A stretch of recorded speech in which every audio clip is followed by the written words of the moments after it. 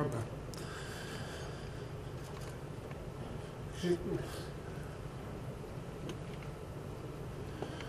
כשהחזקתי את ידך ברגעיך האחרונים, הרגשתי ילד קטן. ילד שמסתכל על אביו מלמטה ומתפעל מגודלו וחוזקו. עד נשימתך האחרונה ידיך היו חזקות ועוצמתיות, בטח הזה העצום שלך עבד ללא הרף. נלחמת על כל נשימה, לא האמנת שהרגע זה יגיע. ועכשיו אנחנו כאן. הרבה אנשים באו לחלוק לך כבוד אחרון כערכה והערצה לדרך אותה עשית.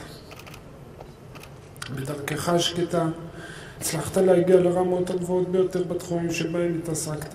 הטניס, הכדורסל, הצבא וגם באזרחות. כבן שלך לא הצלחתי עד היום לפענח איך עשית את זה. כנראה הייתה זו דרכך ואישיותך שהייתה ותהיה שמורה רק לך. גם כלפי חוץ וגם בחיק המשפחה היית צנוע, שקט, כאילו לא תופס מקום. אבל המקום שתפסת היה ברור לכולם.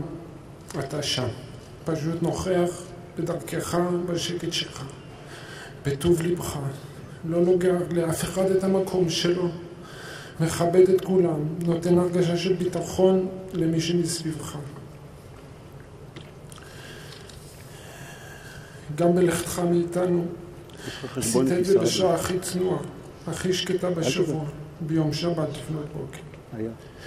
כעמיתתך הרגשתי שוב כמה אתה איש גדול, ובעיקר אדם טוב לב, וכך אזכור אותך תמיד, אוהב אותך.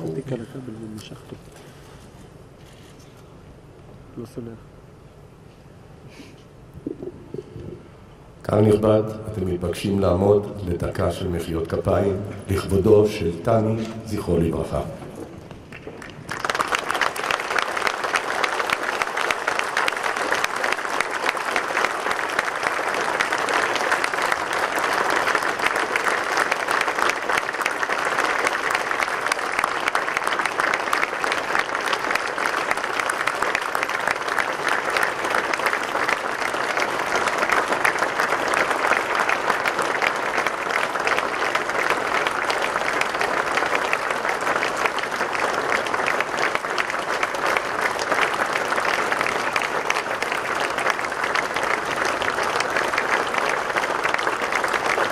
תנחום תני כהן, זכרו לברכה.